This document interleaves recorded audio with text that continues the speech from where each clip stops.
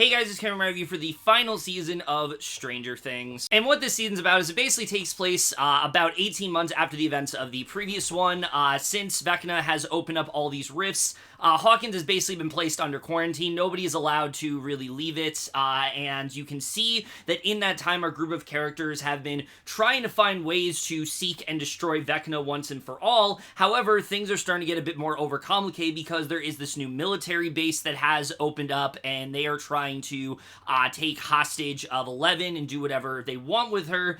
And Vecna has unleashed a whole new plan that nobody really suspected, so it's all about them trying to come back together, figure out what's going on, and hopefully put an end to all the chaos that's been going on in their lives for the past few years now. And look, I'm not gonna sugarcoat it, I was hyped out of my mind for this season. I mean, look, Stranger Things is a show I have been reviewing on this channel for a long time now. It is crazy to think about how long this show has been on, all the way back in like 2016, not one of the first shows I reviewed, because I reviewed a lot of shows back then. Do not recommend checking those out. Those reviews are the shows, yes, but the reviews are probably terrible, so I don't recommend seeking those out. But what I will say is, but the point is, I'm a pretty huge fan of this show. I've really loved every single season, and season 4, which you can see on my wall over there, has now become one of my favorite seasons of television. I think it was just kind of the boost this show needed that took it from this really sort of like small scale sort of mystery to something that ballooned into something much more epic, much more colossal, and felt like must-see television in a way that we had not seen in a very long time. And the way the season ended, it just had me so excited to see what could this season really deliver. It seemed like they were going to go on that next level. You know, you had Vecna fully invade Hawkins and basically divide the town into 4. There were just so many possibilities for what this season could really bring to the table. We had such a long wait as well. I believe this is the longest wait we've had for a Stranger Things season. That's not entirely by design. The writer's strike definitely played a role into that, but there clearly was something that they were cooking up that was hopefully going to be something really special, something that really delivered on that epic scale. They were promising that it would be like 8 mini movies, so you know, the closer we got, the more I was just chomping at the bit for more Stranger Things. As you can see, I have like a bunch of merch here. Even my phone case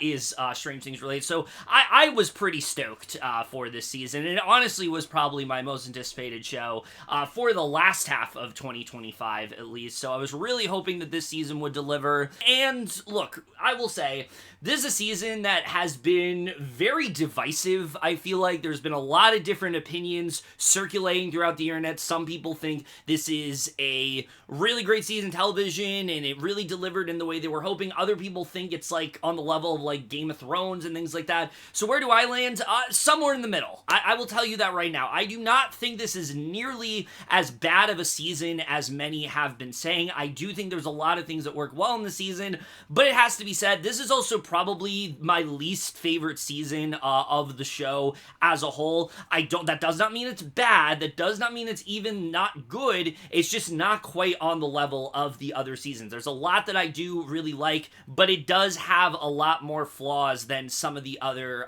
previous seasons have. So we're just going to get into it because there's a lot of complicated thoughts when it comes to this season. All right, so if you have not watched my reviews in a while, which I mean, I haven't done reviews in a while, the way I'm going to structure this is 2 things. I'll tell you right off the bat.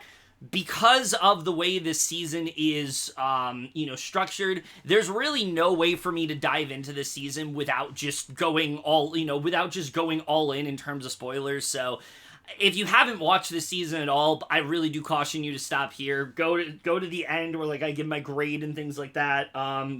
And then skip to the end of the video because there are some announcements at the end here that you might want to be around for. So, you know, you might want to stick around for that, considering I haven't had a video in a long time.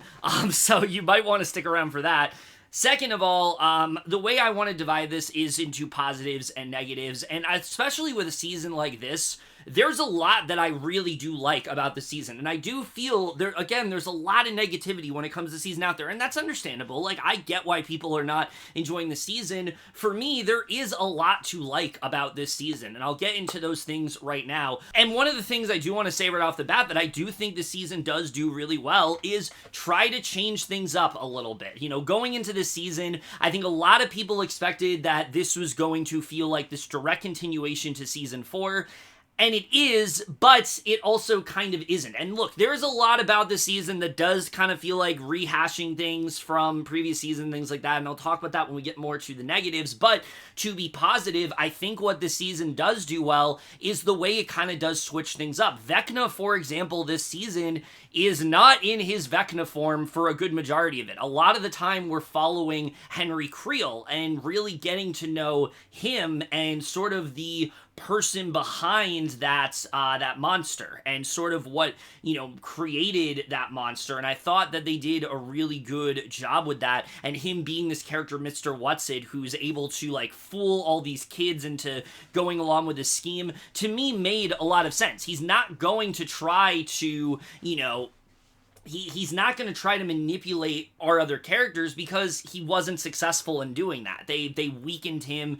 They didn't completely defeat him, but they know what to expect this time around. So him instead going for these kids, to me, made a lot of sense, and I don't really have the issue that a lot of people did where we focused too much on where it didn't really make sense that Vecna was going after these kids, because to me, it just felt like that was the next step. It just kind of made sense that he would target a different demographic because, well, they're not as, you know, they're a lot more susceptible to his trickery. They don't know what to expect. They weren't involved in what he did the previous season. So to me, it made a lot more sense he was doing that, but I also liked that we got to see a different side of Vecna this season. This is a Henry that is a lot more deceptive, but he does it in a much more subtle manner. The way he gaslit these children into believing all this stuff, going as far as to, you know, tell them that, like, Max was a monster and things like that, and that they couldn't trust her. I thought all of that was really fascinating to watch, and the way that they dived into all of that, again, I thought it provided something a little bit different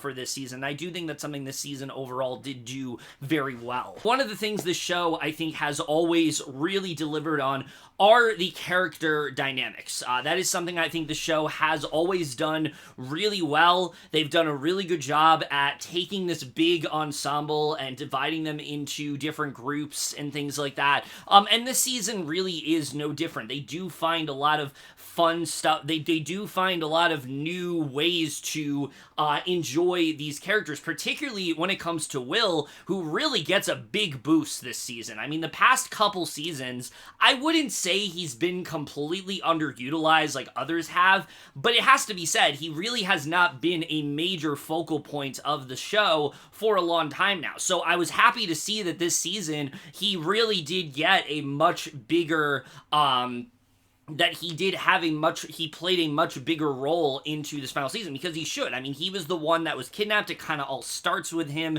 It only makes sense for him to have a much bigger focus, and I do think the show does do a really good job when it comes to his character. There's a lot that he is grappling with this season. He has this connection to Vecna that a lot of people simply don't, but he also is really struggling when it comes to his feelings for Mike, and I thought that arc was really well done, particularly his bond he forms with Robin, and how these two have this commonality that only the two of them can really share. I really enjoyed getting to see these two interact throughout the season. I thought it made a lot of sense. Robin is the only other character in the show that has come out, and, you know, she's only told a few people about it, and, you know, it's the whole scene with her telling him, like, you know, about the girl that she used to like, and how, you know, she kind of had to recognize that it wasn't going to work out, and he had to kind of do the same thing with Mike and things like that. I think is one of the best scenes of the entire season, but the interactions between these two, I just really enjoyed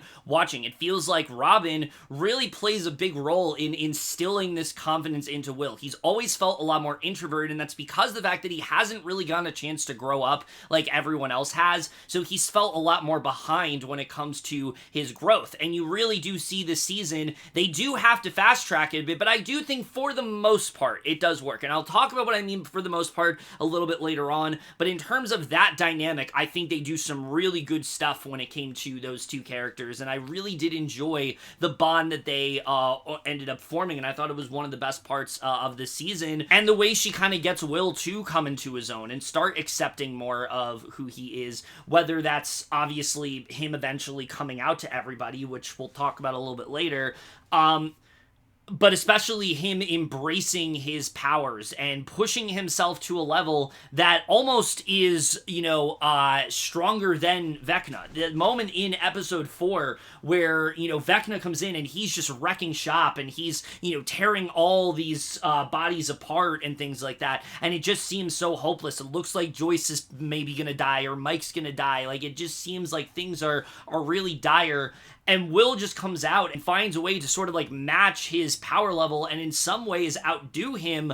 Holy shit. I mean, that is, I think, going to be one of the most talked about moments in the entire show. The way his, just entire demeanor changes in that moment, and how he becomes this genuine force to be reckoned with. I mean, was the perfect way for them to end Volume 1, and it really, again, took Will in a direction that I think they could have been doing for a long time now. I do think this is something that should have happened a while ago, but I think what they did in those first 4 episodes, it was honestly a very earned, it felt like a very earned moment for him to become as powerful as he really did towards the end there. But it also felt like a moment that was completely earned. I mean, throughout the past couple seasons, we've been seeing Will have this connection to the Upside Down every time that something's going on. He's like touching the back of his neck. He's the one who knew that Vecna was still alive at the end of season 4. So it just made sense to finally have this moment where he's able to tap into his full potential and go up against Vecna and kind of use his powers against him. Just such an amazing moment. And the way he does this through conjuring up like the happiest moments of his childhood, again, it just feels like such a rewarding moment for this character and kind of what he's been missing. I think Will has always been a good character. I've never been one to say I think his character has been underwritten. I think there's things that they could have definitely done more with him, but I think every season he's had something going on, but he has not felt nearly as big of a presence as he has in the past, and this season he really has the opportunity to do that, especially in the first half, and it really is this moment that, like I said, I think everyone's going to be coming back to. So a lot of really good development with Will this season. Someone who, like I said, they've kind of put his character on the back burner here. He is a lot more of a focal point this season, and I think that they do a good job of making it feel organic and not just feeling like, well, this is the end, so now Will has to be the focus. It does make sense for him to have a lot of screen time this season. I do think for the most part, they do make the most out of it. And the same goes for, especially what they do with the character of Holly this season. Holly's a character I was not expecting to play as big of a role as she did. She's on the poster, so I knew that she was going to be a little bit more involved, but she is a real front and center character this season in a way I don't think anybody really suspected, and that's not necessarily a con for me. I've seen a lot of people say they don't like the fact that Holly had so much focus this season. I didn't really have a problem with that because I mean, the actress is phenomenal. We'll talk about the performances in a little bit, but I think the character of Holly is actually really interesting, and I really like the arc that she ends up going on, especially this idea that, Vecna attacked her and her parents, and she didn't do anything. She kind of just stood back. Karen was the one attacking the Demogorgon and things like that, trying to, kill it with, a, bottle or whatever, even though it wasn't quite working, and how she kind of has to, forgive herself for that and recognize that she does have that courage in herself, give herself that sort of, give herself this fearlessness and give herself this confidence. I thought worked really well for this character. I really enjoyed the journey she ended up going on this season, and a lot of it is because of her being paired with Max, which was really unexpected. We all knew that Max was alive. It was just a matter of, how they were going to incorporate her in the season, and I thought they did do a really good job with that. I thought the interactions between these two maybe was my favorite part of this entire season. It felt a lot more fresh and provided something different that we really hadn't seen before, and that's something that Stranger Things has always done really well, is they found ways to break up these characters into different dynamics, so that way it does feel a lot different. It doesn't just feel like we're doing the same thing again, and pairing these two off, I thought worked really well. I enjoyed seeing a Max that was a lot more resourceful, a lot more assured of herself, knows what to expect when it comes to Vecna, because she's been trapped in this, for better name, mind palace of Vecna's for years now. She's been there for nearly 2 years. She's been really struggling. She almost got out, but she ended up pausing, and now she's kind of stuck here, and so she is a lot more aware of what to really expect, and this idea of, like, the cave and things like that. I just really enjoyed the bond that these two end up forming, especially, when it came to Holly, and again, her growing confidence, and her kind of leading Max towards that destination out of the cave, how she's kind of the one to not give up on what's going on, while Max sort of was starting to feel like maybe this isn't ever going to happen again. I thought worked really well, and I really enjoyed their bond throughout the season. I think that was definitely one of the big highlights of this season for me, so I really like what they did with those two characters, and again, I thought it provided a different flavor to the show that we really hadn't seen before, and I really enjoyed their dynamic throughout this entire season. And this is also the case when it comes to the previous dynamics we've seen, because something they did hint at prior to the season is that we were going to get a lot of similar character sort of interactions that we got in season 1, and that's not really the case, but what we do see are characters that we have come to expect are going to naturally come together, work a lot more, have a lot more screen time in the season. So for example, Hopper and Eleven, they didn't share a lot of screen time together in season 4, so this season almost all of Eleven's screen time is also with Hopper, and I do think that was a wise decision. Same with, like, Nancy and Jonathan. The two of them have a lot more interactions because they didn't really spend any time together in season 4. But to me, the best example of this is what they do with Steve and Dustin this season. Because if you want to talk about kind of putting a spin on things and kind of giving us something a bit more unexpected and keeping a dynamic that we've seen all show and still have it feel fresh and different than what we've seen before, I think there's no better example than what they do with Steve and Dustin here. I love the idea that from the beginning, Dustin is a lot more closed off. He's not nearly as optimistic as usually is. He doesn't seem as excited about things. He's a lot more brooding this season because he feels this guilt towards Eddie's death. He is constantly feeling like he is responsible for what happened, but it's different from what happened with Max in season 4, because it's much more about the idea that Dustin is worried that he is constantly putting others at risk. And, from the beginning of this season, I saw a lot of complaints levied against Dustin and Steve, that they were acting out of character, but I knew pretty early on, like, okay, the arc that they're doing is that he is obviously being a lot more hostile towards Steve because of Steve always being this risk taker, because Steve is always putting himself in harm's way, and that's exactly what we get. The moment in episode 6 or episode 5 where, like, Dustin's lashing out at Steve, I think is one of the best moments for both of these characters. Their whole relationship throughout the show has been so central, and I really love the idea that Dustin is worried that what happened to Eddie is also going to happen with Steve, and he feels that Steve is being a lot more, lackadaisical when it comes to being careful with things and not trying to put himself in, dire situations. And we've seen throughout this show many times that Steve has put himself very close to death, and Dustin feels this responsibility. Dustin feels this guilt, and there's even a moment where Steve, talks about the fact that, like, oh, well, Eddie wasn't a hero, but he was trying to, he thought he was a hero, but in reality, he did something really stupid. And I like that this gets this reaction out of Dustin Dustin, and Dustin kind of goes off on him, because again, it does make a lot of sense why Steve would kind of think this about Eddie and things like that. So again, I like what they did with that dynamic. I like the idea that this brings them closer together, how now they feel, so much more sort of tethered to each other. I think this was a really good way of taking a dynamic that is so central to the show, like one of the first, I think, when you think of Stranger Things and you think of like character relationships, I think one of the first ones you think of is Steve and Dustin.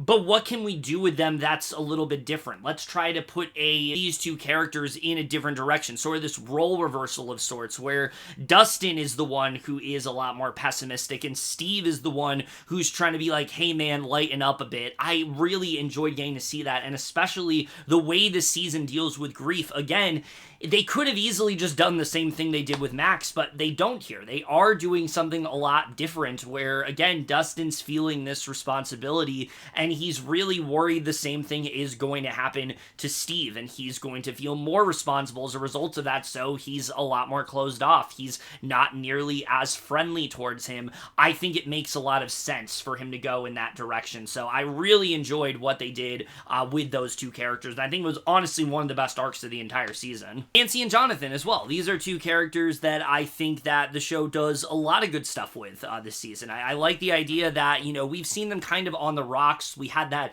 really interesting cliffhanger that I think a lot of people forgot, where Jonathan essentially lied to her about getting into Emerson, and we were interested to see where that was going to go this season, and, that moment where they're close to death and, think that they're not going to be able to hide anymore, so they just kind of like let it all out in the open, is probably one of my favorite scenes of this entire season. I love seeing these two just be open with each other and talk about the things that, like, hey, no, I actually don't like that you do this, and this isn't something I'm happy with, and feel this sense of relief and this mutual understanding of sorts that, like, hey, things aren't really working out. I'm always going to care for you. I'm always going to love you, but our relationship just isn't really working in the way that it should, and I think it's one of the strongest moments of the season. I know a lot of people didn't see it as a breakup. I didn't really at first either, but when you rewatch that scene, you kind of see it through that lens. I think it actually does work really well, and I think it ends up being one of the most effective moments of the season. I also forgot to mention the fact that early on in the season, we find out that Jonathan is planning to propose to Nancy, and that kind of, comes to a halt in this conversation, where basically they decide that they don't necessarily need to get married. This is something that they are trying to force. They have this trauma, and perhaps their entire relationship has just been because of this trauma, but other than that, it's just not really working out. So again, I thought this was a really mature conversation between the two. I think it's one of the best acted scenes of the entire season, and I think it makes a lot of sense for them to go in this direction. So while at first it didn't necessarily seem like this breakup of sorts, I think upon rewatch and like really examining the conversation, it does make a lot of sense for them to come to this conclusion, especially when they have been having so many issues, communication wise, not just throughout the season, but throughout the show in general. It just kind of made sense for it to end here. So again, it's the ways they were able to take certain dynamics that we've come to know in this show and really put a fresh spin on it. That's something that I think really did impress me, not just in this season, but in this show in general. And I think that, those are just a few key examples of stuff they did really well here. So those three arcs are all really well done, and I really enjoyed what they did with those characters. But something else that I think is definitely still a big positive to this season is really the acting here. I think, there's a lot of performances in this season, a lot of acting, a lot of different characters, but they still find ways for everybody to stick out. For the most part, for everybody to stick out. I think that there's a lot of great performances here. I just talked about Steve and Dustin, but Gaten Matarazzo is really just on a whole other level this season. He takes Dustin to so many interesting places here, and like I said, especially the scene where he is lashing out, and you really feel that, how how personally he is taking Eddie's death and the guilt that has gotten to him. I think it is just so well handled in that scene. And, Joe Keery, as well as Steve, what he does throughout the season, I think also is just really impressive. The bond between those two has really never been stronger, and I really enjoyed their performances throughout this entire season. And the same really does go for Sadie Sink, who, she was really the big standout of season 4. She doesn't have as much this season. Like I said, her dynamic with Holly is really like the main thing for her to do, but it kind of gives her this different role of sorts, where she's more of this mentor, and she's a lot more, she is a lot more confident and assured of herself, and I really enjoyed getting to see a Max that was like that. I like getting to see a Max that was more hyper aware of what she really needed to do, and I think that her performance worked really well this season. And I was ready to come on here and say I don't think this performance is quite as grand in terms of emotions, but then there's that moment where she does wake up, and the moment where her and Lucas are, reuniting is probably one of the most emotional moments of the entire show. I was near tears that entire scene because it just felt so incredibly earned, and I think, those two, the relationship between them, I think they just both give such incredible, I think a big reason why we care so much is because of how great their chemistry is. Sadie Sink and Caleb McLaughlin are really at their best when they are in a scene together, and you really do see that on this season. I think that, their performances were just incredible here, and I think both of them have just such a bright future ahead of them. A lot of the actors do, but those two in particular, I think we're going to be seeing them in a lot more stuff moving forward, far beyond the time this show has ended. So I really enjoyed their performances throughout the season, but I also really got to highlight Nell Fisher here, who comes in with a really tough task, because not only is she playing a character that, yes, has been there since the beginning, but hasn't really had the focus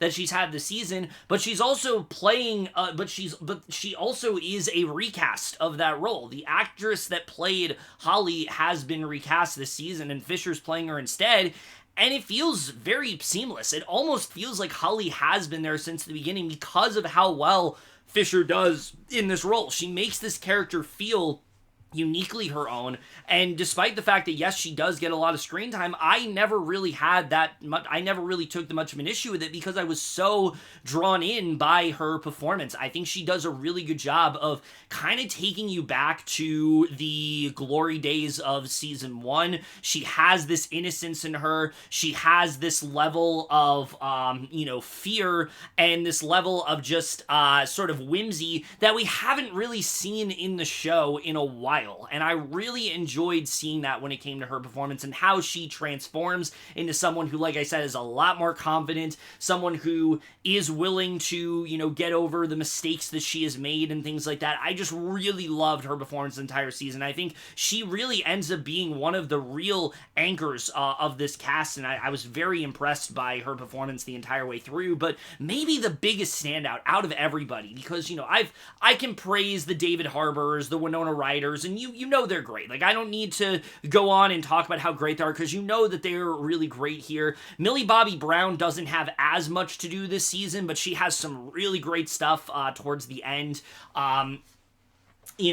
Really, I think, though, out of everybody, though, maybe the big standout of this entire season is the phenomenal work that Jamie Campbell Bower does as Vecna here. Because, look, I really enjoyed his performance in season 4, but it feels like this season, he just really took it to a whole other level. The fact that we get to see him play Henry and someone who is a lot more human and kind of show this vulnerability towards him, I thought worked really well. He never doesn't feel like this huge, threatening presence, but he also feels like there is a human behind that, and you can kind of see, how he, and you can kind of see not necessarily the regret that he has, but sort of the fear that he has. The idea that there is this cave and this is something that he's terrified of, I thought was a really great decision, because it really brings out this different side of Henry that we didn't really get to see up to this point, and I think Bauer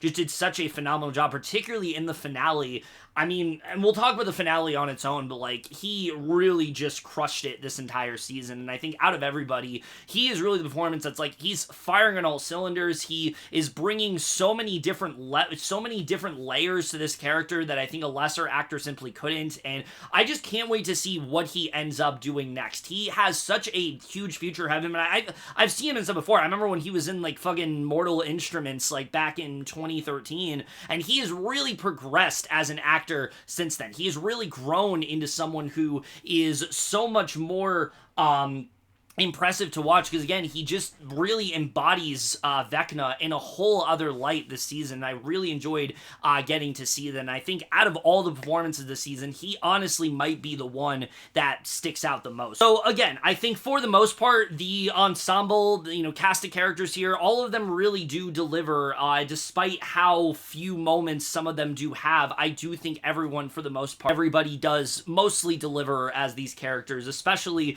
getting to play them one last time. Some other things I do want to praise this season is really the production value this time around. I mean, everything does feel so much bigger, and I think season 4, we really got the sense that they were trying to elevate the show into something much bigger than it was, but you really do feel this season like that budget has gone to good use. The action scenes, whether it's the different locations they're in this season, I think they do a really good job when it comes to the scope of this show. You really do feel like this is it. You do feel that sort of apocalyptic sort of feel that they're going for, and I do think they do a good job with that throughout the majority of this season. I was definitely impressed by the production design here. I also think the world building of this season is really well done. We get a much better exploration of what the Upside Down really is. There's the revelation in episode 7 that it isn't actually, a real place. It's actually this wormhole that's going into Dimension X and the Abyss, and that whole thing I thought was really well handled. You definitely have a better idea of what this other world has been, and kind of giving you a sense of what the actual goal has been. And then Vecna's plan this season, where he basically wants to use these 12 children to basically reshape the world, I think all works really well. And I do think on that level, you definitely do feel like this is cataclysmic. This feels like the next, this feels like this grand, plan of sorts, and I think the show does do a pretty good job with that. So I think in terms of, giving us more explanations of things, I do think this season the show does do a fairly decent job with that. In regards to the score of this show, I mean, that is something that has always delivered, and I really do think Kyle Dixon and Michael Stein really do outdo themselves here when it comes to the score here. I've always been impressed by what they do, music-wise, and that really is no different this season, so I think that's something else that really does end up delivering. And then when it comes to just 80s culture in general, that's something this show has always done very well. That's really no different here. Again, the way that they play around with different references to like the 80s and things like that, that's always been the charm of the show, and that really is no different when it comes to this season. So again, those are just other things that I think they do really well here. But now, I've talked a good amount about the stuff that I really did like this season, because again, I think that is kind of being overlooked. I think a lot of people are focusing on the negative aspects, and to be honest, I can't really blame them, because it has to be said, there is a lot going on this season that I don't think fully works, and I do think does bring this season down quite significantly. And I mean, I think we're going to start off right now with really, I think, my biggest issue this season, and that is just, there are a lot of characters here. And I've talked about the ones that I think they use really well this season. I like what they did with Max. I like what they did with Dustin and Steve. I liked what they did with Nancy and Jonathan. I enjoy the way that the different ways they handled Vecna this season. I liked Will's upgrade and his dynamic with Robin. I thought all of that worked really well. Unfortunately, there's a lot of other characters I have not really mentioned this season. That's because I don't feel they do quite as good of a job with them as they have at other points. And I think that there's two big issues here for why that is. One, I think the way this season is structured is very wobbly, especially when it comes to the Volume 1 and Volume 2 of it all. it almost feels like two different seasons at points, because volume 1 is very much like plot focused and this like breakneck speed. We're just jumping from one thing to the next and, really not giving you a chance to breathe at all. Volume 2 is a lot more of the really good character stuff that I was talking about. That's where you get Dustin lashing out at Steve. That's where you get the Nancy and Jonathan conversation. That's where you get Max reuniting with Lucas. And that's where a lot of the really emotional moments stem from. And I do think that does hurt the season quite a bit, but I think the larger issue is the fact that we have just such a huge ensemble this season. There's just no possible way that they're going to be able to deliver satisfying storylines for everybody. And I don't necessarily need everybody to have a storyline, but I do need every character to have a purpose. If you are not going to kill off anybody or even have them leave the show, then there's got to be a reason why they stick around. And there's a lot of characters this season that I just kind of question, why are you still here? I mean, Murray, I think, is the immediate example I think of. Where, like, yeah, Murray is very much this wisecracker who he's, saying a lot of the stuff that the audience is thinking and things like that. And he can be fun in that regard.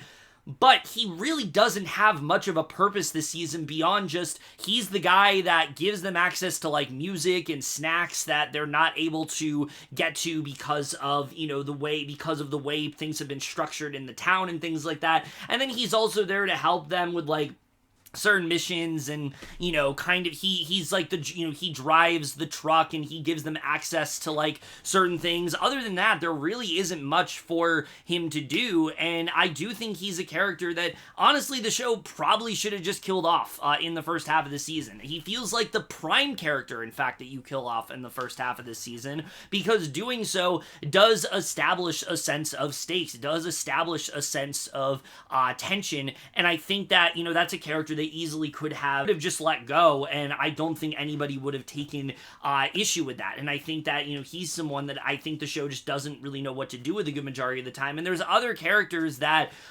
definitely kind of fit that billing as well. Someone like an Erica, for example, who I love. I love Erica as a character. I think she's, a lot of fun. I love just how blunt she is about everything. I love how she's someone who's like very direct and, is someone who is, willing to do a lot of manipulative stuff. The moment with the pie in episode 3 with her is fantastic, but she doesn't really get much to do beyond that. And I found her to be a character I wanted a lot more from this season. So she's someone that I thought was pretty underutilized. She's another one I think they could have maybe done more with, but I think the worst examples of this, honestly, are when it comes to the characters of Mike and of Lucas, and especially Mike this season, just don't have a lot to do in this half. Now, I will say the finale, without getting into it, without discussing it, does somewhat make up for that. But for the majority of the season, these are two characters the show just doesn't seem to know much of what to do with. Lucas's entire character this season is that he seems to be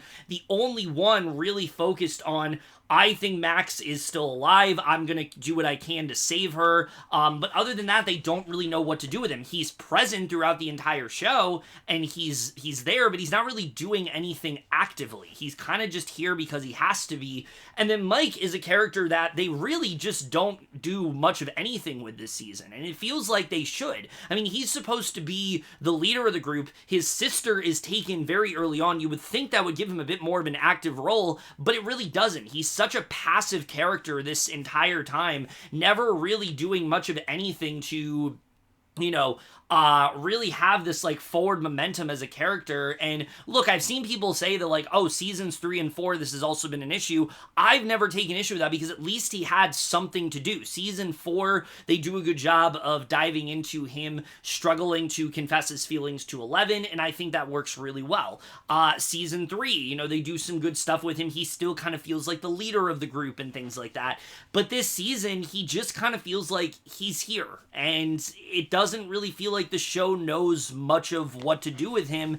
And I do think, again, a large part of that is just because we have so many characters this season some of them just have to be put on the back burner. And unfortunately, Mike is one of those characters, and I just wish in this final season they gave him more to do. One of the things they hinted at going into this season is that it was going to feel more like season 1, and I think that's absurd if that's the case, because nothing about this season feels like it has that like focus of season 1. There's like a dozen characters, there's a lot of different things that we're doing this season, and a lot of characters just get kind of the short end of the stick. And then if you have characters that don't have a lot to do, you have characters that have kind of just been reduced to one singular purpose the entire season and don't really have much going on beyond that. And I think there's really no better examples of this than Joyce and Eleven, where Joyce as a character used to be like the main character of the show. If you go back to season 1, I mean, that's really the main selling point. Like, oh, Winona Ryder is headlining the show and she's fucking phenomenal. And I think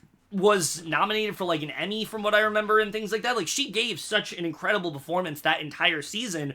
And I've never been one to say, like, they have, like, short-shifted her character. Yes, she has become more of a supporting character, but every season she's had something to do. This season, she really is just the mom to Will. She is there for Will to go to console him when he is feeling guilty for what happened. He's constantly feeling responsible for what's happened with Vecna, for who's, for people that have died, for people that have been taken. He is feeling this sense of guilt this entire time, and you kind of watching Joyce rehash the same conversation with him over and over again, and it just didn't feel like as a character she had enough to do this time around, and that was disappointing because I love Winona Ryder, and I think that, she's great for what she has this season. I enjoy her scenes with Will. There's a really good scene in episode 4 where she's kind of talking about, how she felt when he disappeared and, him coming back and things like that. But it really just feels like she's there to just simply be a therapist, and when she's not that, she's coming up with these, like, convoluted plans that nobody's really agreeing to, so it really feels like they don't know what to do with her, and she's another character that I think just should have had more of a, just had a much more vital role this season, especially because she's really the one we kind of started out with.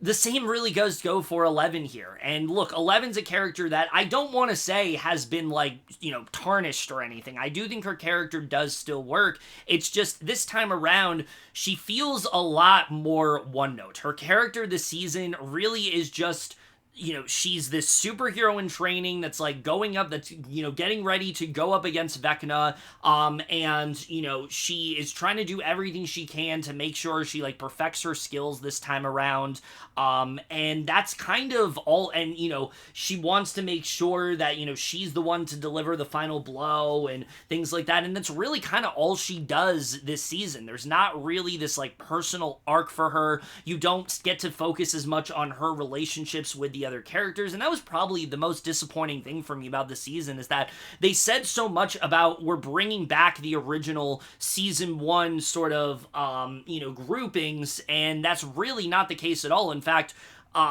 there's so much emphasis in the marketing placed on, we're getting Eleven and Mike and Will and Dustin and Lucas. They're all going to come back together, the most interaction they've had since season 3, and that's just not really the case this season. In fact, Eleven this season feels like she's kind of isolated from everything else that's going on. As much as she does have a plotline this season, it's a plotline that feels so separate from everything else. Most of her plotline this season, yes, is going after Henry, but there's this whole other plotline involving the military and how they are trying to experiment on her, where we eventually find out that it's because of this whole thing where they need her blood because they have impregnated all these women, and they are trying to see if, like, they're gonna have a similar effect to her, and they want to try to, make her, like, a worthy threat against, like, Russians and things like that. It's this whole convoluted thing, and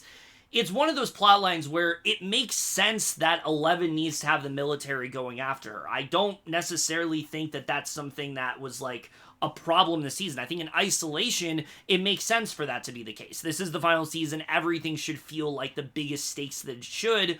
The problem is, you never really feel them as a presence. It just feels like this is this thing we're cutting back to every so often so that 11 can eventually have a reason to make the decision that she does in the finale. And it just felt very disappointing. You know, they did this great arc of personal growth for her in season 4, and I really enjoyed what they were doing with her there. And her, you know, reteaming with Harbour, I think makes a lot of sense. The two of them haven't had a lot of interaction in, you know, the previous season, but really all they do this season is this back and forth where, you know, Harbour wants to sacrifice himself and then 11 tells him no, and they're trying to find, like, you know, the larger extent of, like, Dr. K's plan while also trying to go after Henry, and they think that they found Henry, but then instead they end up bringing back Kali, and I actually didn't mind this decision. The decision to bring back Kali was one that I was honestly really shocked by. You know, when they did it, when she was introduced in season 2, that was such a universally hated episode that I just never suspected they were going to come back to that plotline. I heard people saying that, like, oh, it's the final season, you never know, they could come back to her, but I always kind of shrugged it off and said, like, well, everybody hates that storyline, so I don't really see why they would ever want to bring her back. But then they did, and I was like, oh, okay, this is actually a really interesting idea, because you can take a character that wasn't really working and actually give her a lot more development, and maybe turn her into somebody that has the chance to become a more interesting character, and not necessarily fix the Lost Sister episode, but make it so at least it has a bit of a purpose, that it doesn't feel so out of place with the rest of the show, because that's always been the issue, right? Like, it almost felt like this backdoor pilot for this show that never end up happening. If you bring back Kali and you give her a significant purpose and you give her a lot more character development and you give her a reason for us to care, I think that it really could have worked. Unfortunately, though, yes, she does have a lot more to do in the second half of the season, I can't really say it's anything I really give a shit about. She's really just here to be this plot device of sorts to kind of explain to 11 why the two of them have to kind of sacrifice each other, why they're both, why they're both a problem and that they both need to be dealt with, and that, nothing's ever going to change. The military's going to keep going after them and things like that. And that's really all she does. She doesn't have, and so that's what I mean by, like, there's a lot of characters that have been reduced to just one basic functionality, and, 11's plotline is just the best example of this, where everything going on there, it just feels so incredibly one note. And Kali is a great example of this, where I really thought that her coming back, it would give her character a newfound sense of purpose, and it really doesn't by the end of it. It kind of does feel like there were ways to get 11 to the point that she ultimately does in the finale without Kali being here. You did not need to bring that character back for her to get to the point that she did. So the decision to bring back her character, I just find to be very puzzling by the end of this season. I think it was something where they wanted to find a way to tie up a loose end, but it doesn't really feel like you're tying up a loose end. It feels like you're just bringing back a character, so it's like, oh my god, she's back, what is she going to do? And then amounts to not really doing much of anything other than just being this character that's, like, tempting 11 to sacrificing herself, and, we'll talk about what ends up happening there, but I really just found her character to be pretty pointless by the end of it. But easily my least favorite plotline this entire season has to be everything going on with the military in this show. Just such a huge, like, you want to talk about a plotline that just feels like this extra thing that they tacked on that you really didn't need at all. Look no further than everything you get with, as Robin likes to call it, the Big Mac of the group, the Mac-Z foundation that has been created. Because, look, I get it. You want things to feel grand. You want these characters to feel like they are at risk. And by introducing the military, this force of sorts that's going after 11 at all costs and will stop at nothing to get to her, I do think that does work really well. The problem is, these guys are just so incredibly one-note. It makes the Russians in Season 3, who I've never really had a problem with, feel like these incredibly dynamic characters, especially Dr. K. I mean, just what a waste of Linda Hamilton's talent. You get this actress who is so beloved for her work in the Terminator films, and you cast her in this, and it feels like there's a reason you've cast her here. This feels purposeful. You're not just going to get Linda Hamilton to get Linda Hamilton. You're going to give her something significant to do, and they really don't. I mean, she has some good moments in episode 4, and when they did that, I was like, okay, maybe they're starting to give her a bit more to do, but then when you get to the second half of the season, she barely has much of anything. She kind of just sticks around, barks orders at people,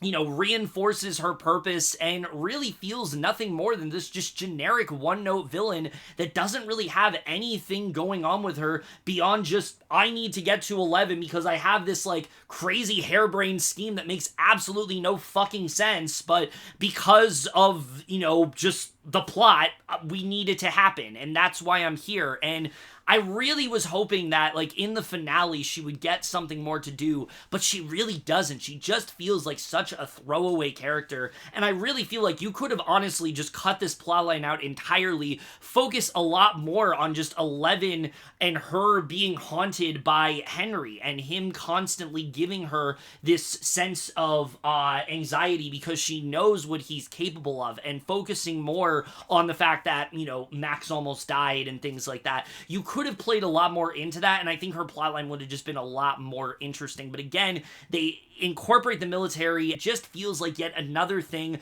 that you just really don't need to what already is a very overstuffed season. So again, I love 11 as a character. I like what they do with her for the most part, but she does very much feel like a character where she's on this mission that they've done before and they've done better, but also you need to get her character to a certain point, so they've introduced this thing, but they really have no idea what to really do with it, and by the end, it just kind of feels like a waste that didn't really contribute much of anything interesting to the season. So, again, there's a lot going on this season. There's a lot of interesting dynamics with characters. Anytime we cut back to the military, I mean, that's really where I just found myself kind of checking out of what was going on, because they really don't provide anything interesting to the season that we could have gotten elsewhere. And that's really where we get to, I think, another big issue with this season, and that, like I said, there's a lot of characters here, and for some reason, despite the fact we already have such a big ensemble, the show decides to give us a lot of new characters this time around. This is something the Duffer brothers were, like, adamantly against in 2023. They said, we're not going to bring in that many new characters. I think they said actually no new characters, and it's going to be mostly the original group. Something very clearly shifted from then to now, and I don't necessarily have a problem with that. What I do have an issue with is the structure of the season. To me, a lot of the time just kind of feels all over the place, and I think that really is a big hindrance on why the season didn't quite deliver in the way it has other times. Because yes, other seasons we've had a lot going on, but they've done a much better job with, like, streamlining the story. This time around, I don't really feel like that's the case, and this is especially felt, I would say, in the second half of the season, where it feels like we will cut from a moment where a character is having this, like, really big, impactful moment emotionally.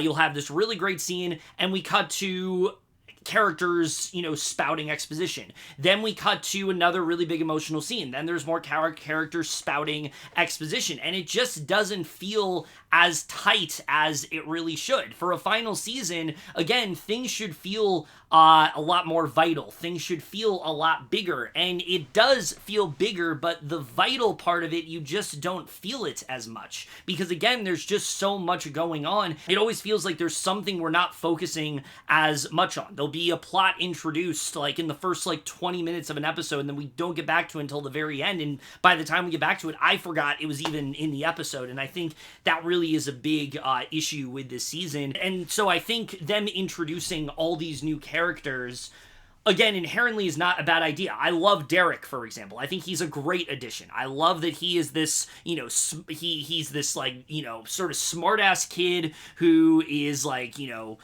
bullying people and things like that, but he also has this like heart of gold to him, and he actually becomes someone who is, a lot more triumphant, and he's willing to say things to Vecna that nobody else is willing to, and I really ended up liking that character a lot. So I think that his addition I didn't really have an issue with. Like I said, for me it's more like the military and things like that. I think that's a plotline you easily could have either just cut in half or honestly just cut out the entire season, and I think a lot would not, and I don't think much would have been all that different. So that's another thing that I think they could have done a lot better with, is really just the pacing this season. A lot of the time it just feels kind of off, and I do think it does do a bit of a disservice to the momentum of this season as a whole. And then there's really only like two other really big issues that I do really want to hone in on, and that is that, like I said, there's just a lot of exposition this season, and more so than usual, because look, characters explaining convoluted plans, that's always been like the charm of Stranger Things, so I'm not necessarily going to complain about that. What I am going to complain about is that there's a lot more of it this time around, and I think a lot of that stems from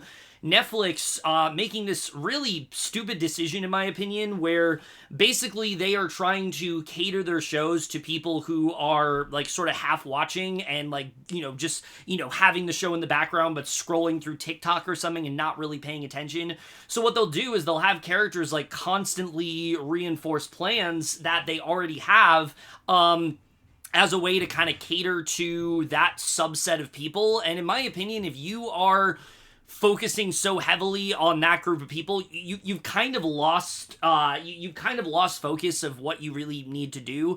Conversely, there's a show Pluribus that just came out, and that's a show that like demands you pay attention, and to me that's something I'm always going to be more impressed by than a show that's essentially talking down to its audience. So that was definitely a big issue for me. But the larger issue really is that, again, it causes scenes to feel very repetitive. Like episode 7, for example, there's about like 3 or 4 different scenes where like a character will pull out 2 different objects and just be like, all right, well, if this water bottle is the upside down and if this hat is Vecna, then we're going to take this hat and then put it on this water bottle, and we're going to essentially, and then a few scenes later, all right, if this phone is Vecna and this computer mouse is the upside down, we're going to, like, you get what I'm saying. Like, it just happens constantly, and after a while it really gets aggravating because there's stuff we could be focusing on, but they're focusing so heavily on explaining these plans they already have. Dustin literally explains the wormhole thing twice in full detail. There's not a point where like he kind of like half explains it and then he explains more. No, he explains it in full detail twice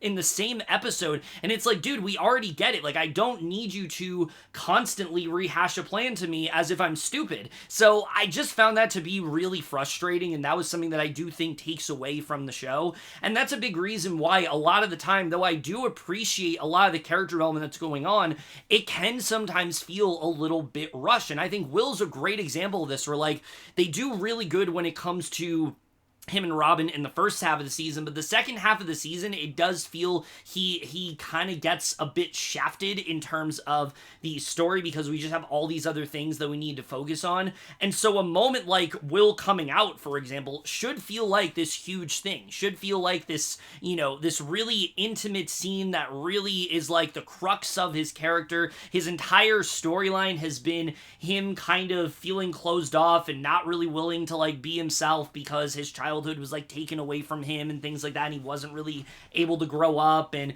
he's never really been able to have the connection with his friends that he's wanted to, and this is finally him just like putting it all out there, and it should feel like this really great moment that really, takes his character forward. And instead, it just feels like this thing that, like, has to happen. It's this thing that we need, to, from his character to get to point A to point B. And so it really does end up ringing hollow. And I know there's been a lot of controversy about this scene, especially the fact that there's such an overabundance of characters. And I really do think that does do it. And I really do think that is a very valid complaint, considering that, again, this is supposed to be such an important moment for him. Like, having Will there, having Jonathan there, having Joyce there, like, that all makes sense. Having, Robin there, that works too. But again, there's just it really, I think, just speaks to how much is going on at this season, that we have a scene that should feel like this really quiet and personal moment for this character, and instead it just feels like a moment where we got everybody we possibly could together so they could all kind of cry in unison to this moment that's supposed to like tug on your heartstrings, but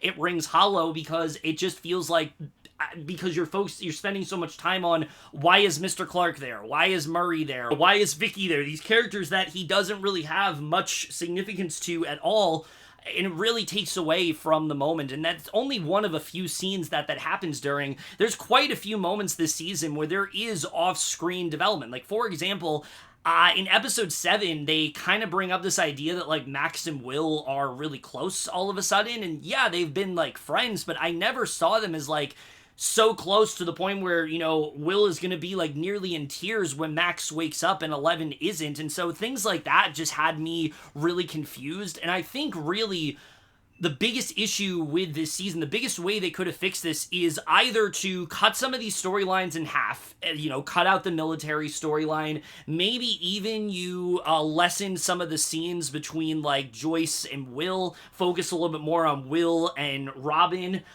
you know, you give a little bit more vitality, you know, you give a little bit more to everybody, or what you do is you just make the episodes a little bit, or what you do is you just give a little, you just add a few more episodes to this season. I really do think this should have been like a 16 episode season with how much they really did have going on, and it feels like instead they decided to go for 8 episodes, and it really did do a disservice to the storytelling. I know every season has had 8 or 9 episodes, but this is really the first season where it feels like maybe there should have been more. Maybe this should have been a lot longer so we could have told a little bit more of a focused story, and things wouldn't constantly feel like we're just jumping around constantly as much as we do, and those moments that feel important really do play out. The reason why I love the moment between Dustin and Steve is because we really do hone in on it. Same with Nancy and Jonathan, same with Max and Lucas, even the scene with Max and Holly that I know everyone dislikes.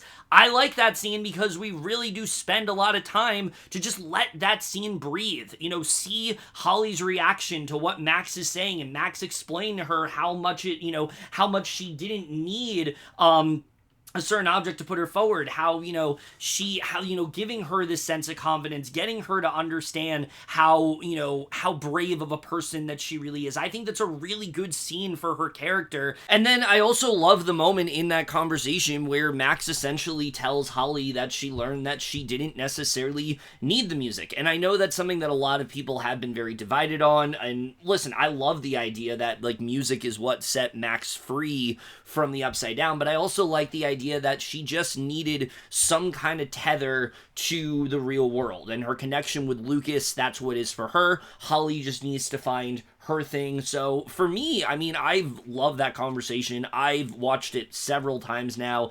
I understand that a lot of people are like, okay, this is really dragging out, but I feel like there's a lot of really great insight in that conversation. There's a lot of really great there's a lot of really great stuff we learned from that. There's a great development from Max kind of closing out her arc and kind of giving us an idea of what Holly needs to do. So I really don't take issue with that conversation at all. I think it's honestly very important for the growth of both of those characters. Yes, maybe it's not the most ideal moment for them to have that conversation, but everything we find out, I think worked just fine. So again, I understand why people take issue with it, but it really wasn't much of one for me. And I wish that moments like Will coming out, for example, got that sort of treatment, that didn't feel like we are just doing this thing that has to happen, even though it doesn't really feel like this is the moment it should be happening within this story. So again, I just feel that the editing is just not quite as tight as it should be this season. I do think it definitely does do quite a bit of a disservice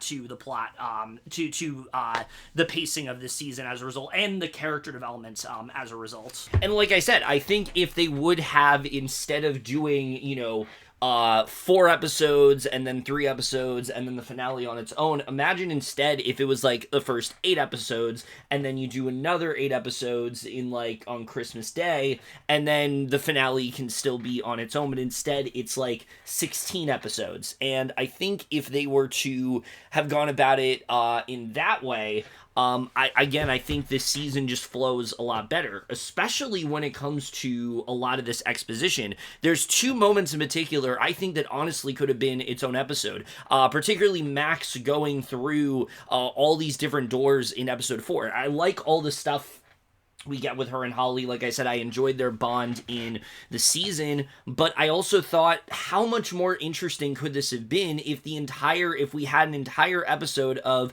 just Max going through all these different doors to, try to escape back to the real world and awake from her coma. I think that would have been one of the most riveting episodes the show has ever given us. We know how talented Sadie Sink is as an actress, and it also would have given us this state of confusion. We would have been just as in the dark as her, and I think that's what often hurts this season, is that the characters already have gone through all these experiences and they have all this knowledge, and so it's more so like this information. It feels like this information dump where we're getting all this, vital all these vital moments at once, but we never have a chance to really sink it all in.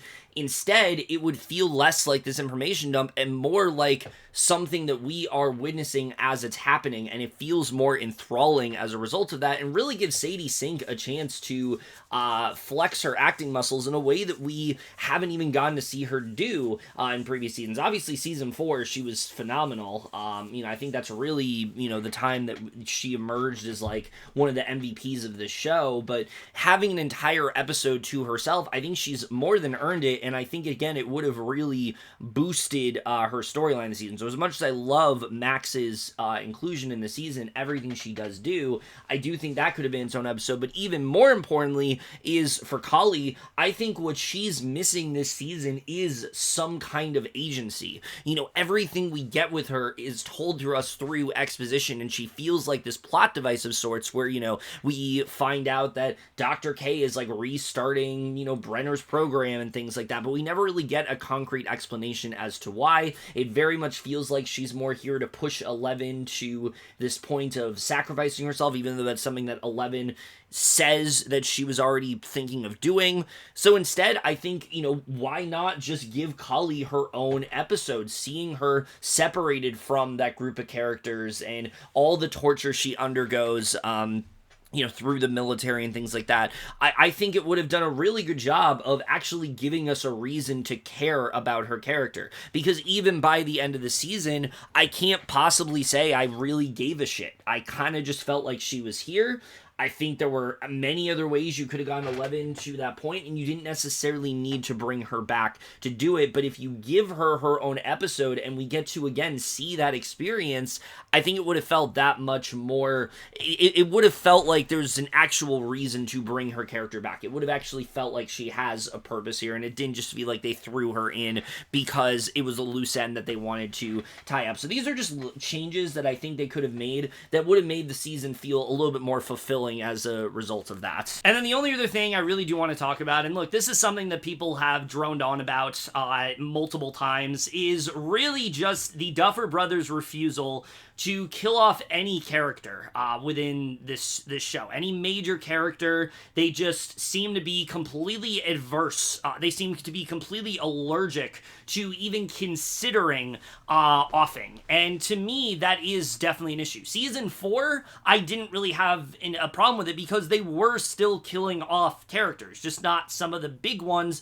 because of the fact that it just wasn't their time yet. It didn't feel satisfying. I've always said, if you're going to kill off a character, you need to get them to a point where it feels like this was the right time for it to happen. I always go back to The Leftovers and, what happens in that show. All the deaths in that show, even though it is my favorite show of all time, so I'll always bring it up, it feels like it made sense for that character to go when they did. And I think that, is something that's one of the reasons I love that. Well, there's a bevy of reasons why I love that show as much as I do. But that's one of the many reasons that I do, is because they understood, when you need to kill off characters and how you need to kill off these characters. Whereas, and I feel like this season, there are multiple points where that could have happened. Nancy and Jonathan, for example, the scene where they're about to die, I think they maybe just should have died. I think it would have been a really good send-off for both of these characters where they've gotten this thing off their chest. They spend so much of this season, having this difficulty communicating, and finally they're able to just confess it, and it would have been a really good way to lay those characters to rest. Would it have been tragic? Yes, but it would have really made sense for those characters. When Karen and Ted are attacked, I think one of them, or maybe both of them, should have died there. Yes, we get that moment with Karen in episode 6 where she's a badass and she saves them with like the washing machine or whatever, but I really do think it would have given us a sense of stakes and given us a sense of uneasiness if you do end up going through with actually killing off a character. But the fact that they just couldn't this season, it does feel like maybe they are playing things a little bit too safe here. It does sort of feel like sometimes they are afraid of doing something that is going to heavily, affect the story and change it in a way that feels irreparable, that they're not used to doing. But I really do think there were multiple points the characters should have died here, and I would have honestly preferred if they did. So again, I think, there's that whole photo going around of like how many, the sheer amount of characters and things like that, and it feeling, very Marvel-esque. And I think a big reason for that is because the show just has such a aversion to killing off central characters, and I really do think if they would have even just a couple characters, like you just kill off like Karen or Ted, maybe you kill off Murray, maybe you let Nancy and John die there, just those few things would have taken this from being a pretty good final season to a legitimately great one that feels like it had actual consequence, it had actual payoff, and it wasn't afraid of making some really risky decisions that in the end I think would have just made this feel that much more impactful as a result. But the fact that they didn't do that, again, a lot of the time it can just sometimes feel like another season, and I do think a lot of the time it does feel like a bit of a letdown, and I do think that does overall somewhat lessen the impact of this season throughout. And that's why, once again, I don't necessarily take issue with like Holly being such a major focus this season. I think, again, it's more so the fact that you have that,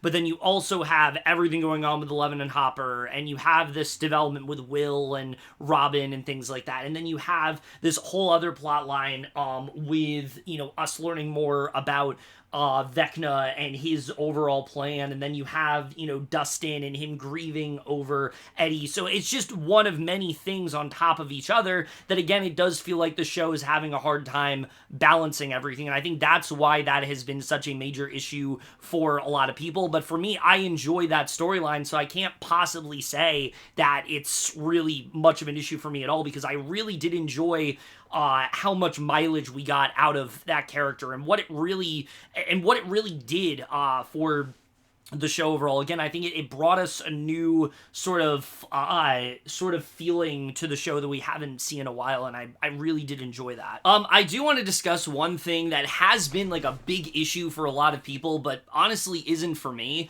and that really is the inevitable, age difference between the age the character's supposed to be playing and the age that the characters are playing.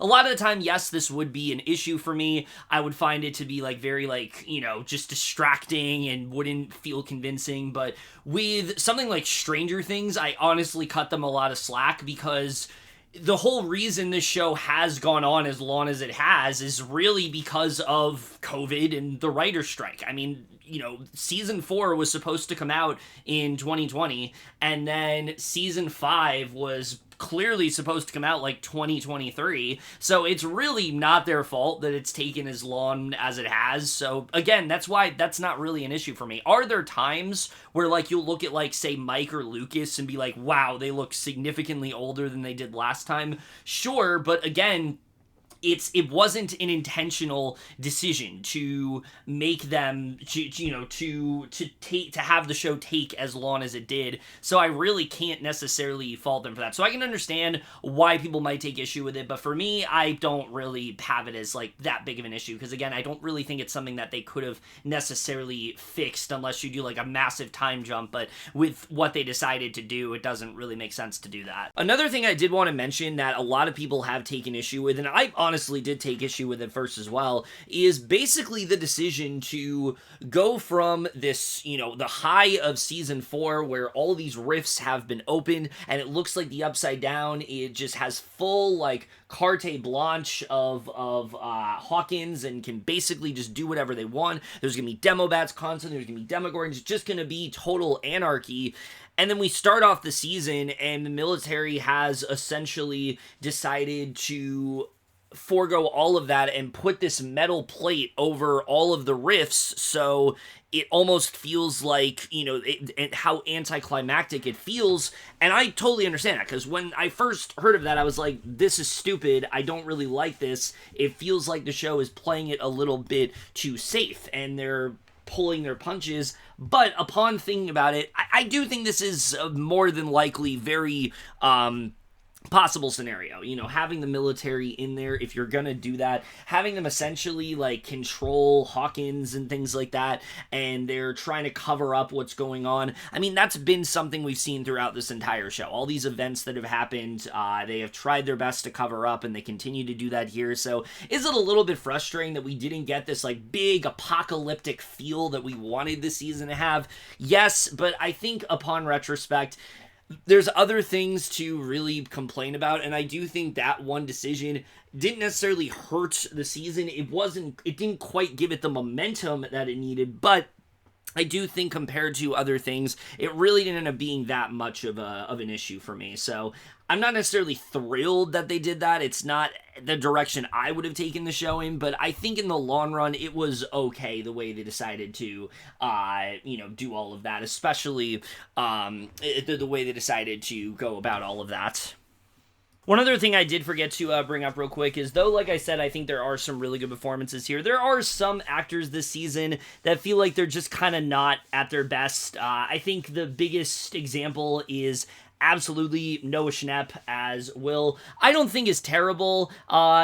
Personally, not a huge fan of him as a person, but that's a whole other different discussion. His performance here does work at times. I think when we are focusing on him, and him growing his powers and things like that, he works really well. His scenes with Robin, he works really well, but then scenes where he's spouting exposition and things like that, it just feels very unconvincing. A lot of the time it does feel like he's reading off a script, and so there are points where we focus on him and it didn't necessarily take me out, but it did make me, especially if he's up against a Maya Hawke or a Winona Ryder, it's you can immediately see who the stronger actor is here. So his performance was very inconsistent for me. There were times it worked and times it didn't. I do think unfortunately he has gotten worse as an actor. It's not a disastrous performance by any means, but compared to some of the others, it's just not quite as strong, and it does sometimes hurt the scene that he's in. Okay, so I think I've broken down all the positives and negatives for the season overall. So now I think we'll just go ahead and talk about the finale, because I think on its own,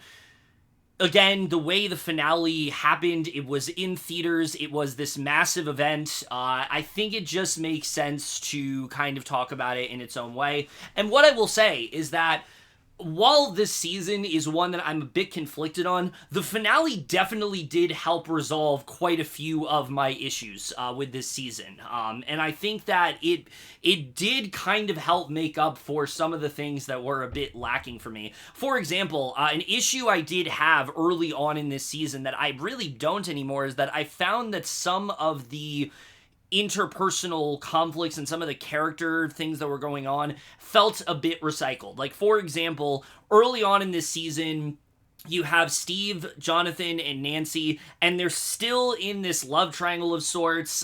Jonathan and Steve are trying to, one-up each other in, episode 1, and I just found it to be very tired. It's we've done this already. I felt like season 4, we were kind of moving past this. Yes, you saw that, Nancy and Steve, there was maybe something happening there, but I always saw it as, this is something that maybe could have happened, but Nancy's recognizing that, this is not really what she wants. She'd rather be with Jonathan. Maybe things aren't going to work out between them, but I never expected she was going to be with Steve or anything like that. So, and again, I never watch a show for relationships and things like that. If they're done well, then absolutely. But something like this, to me, it just kind of felt like, well, people like this love triangle of sorts, so we're going to focus on this. And it was an issue for me until we get to the finale, where there's that fake out with Steve, which...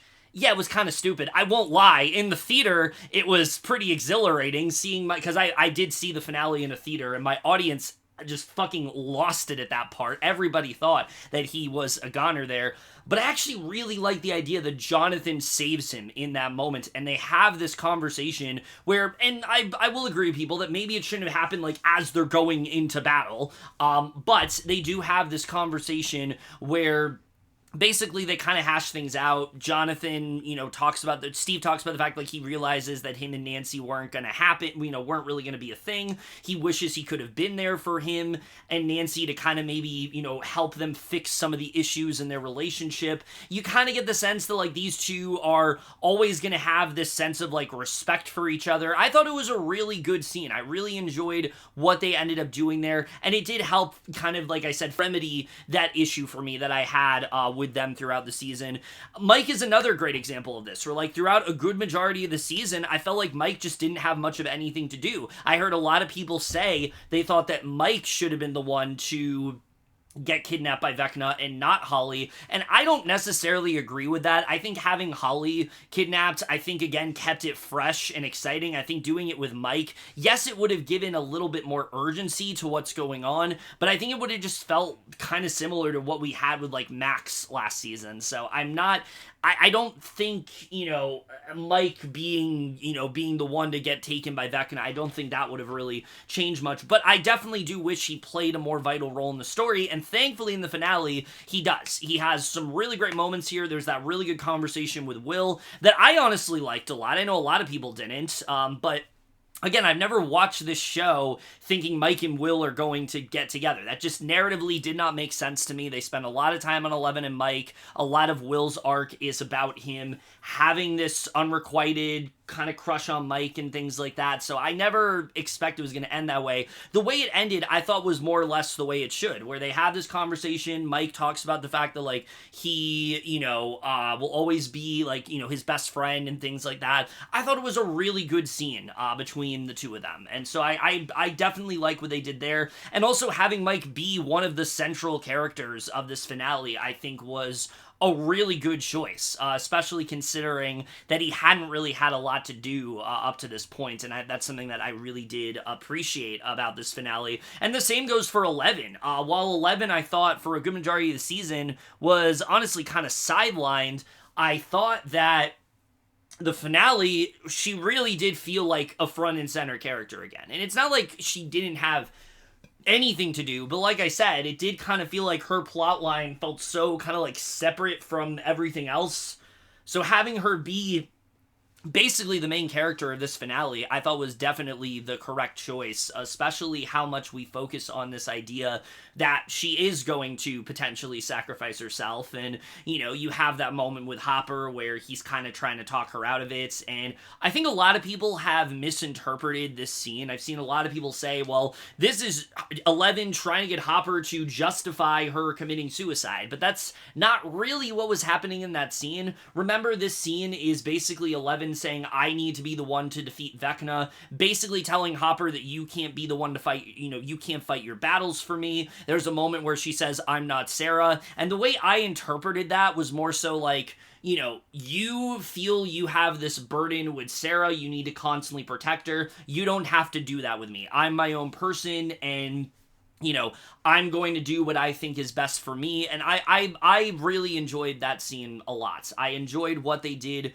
for 11 and Hopper's relationship, because I will admit, yes, I did feel that that was another one that felt a little bit repetitive. Like, how many times are we going to see Hopper try to protect 11 when she has basically made it clear she doesn't want him to do that? I like that they had this conversation, and I thought it was a good moment between the two of them. And then there's that incredibly tense moment where Vecna's like tempting Hopper into trying to shoot him, and then it looks like Hopper's killed 11 in the tank, and I mean, it was an incredibly startling moment when that happened, and I know some people said they kind of wish that they would have just went for it there, and 11 maybe died there, but I think that, you know, I really like the way Vecna was manipulating with Hopper in that moment. I wish we got to see more of that all season, because again, a lot of the time it does kind of feel like Vecna is hiding out with the kids and we're seeing more of Henry, and as much as I enjoy seeing Henry in his human form,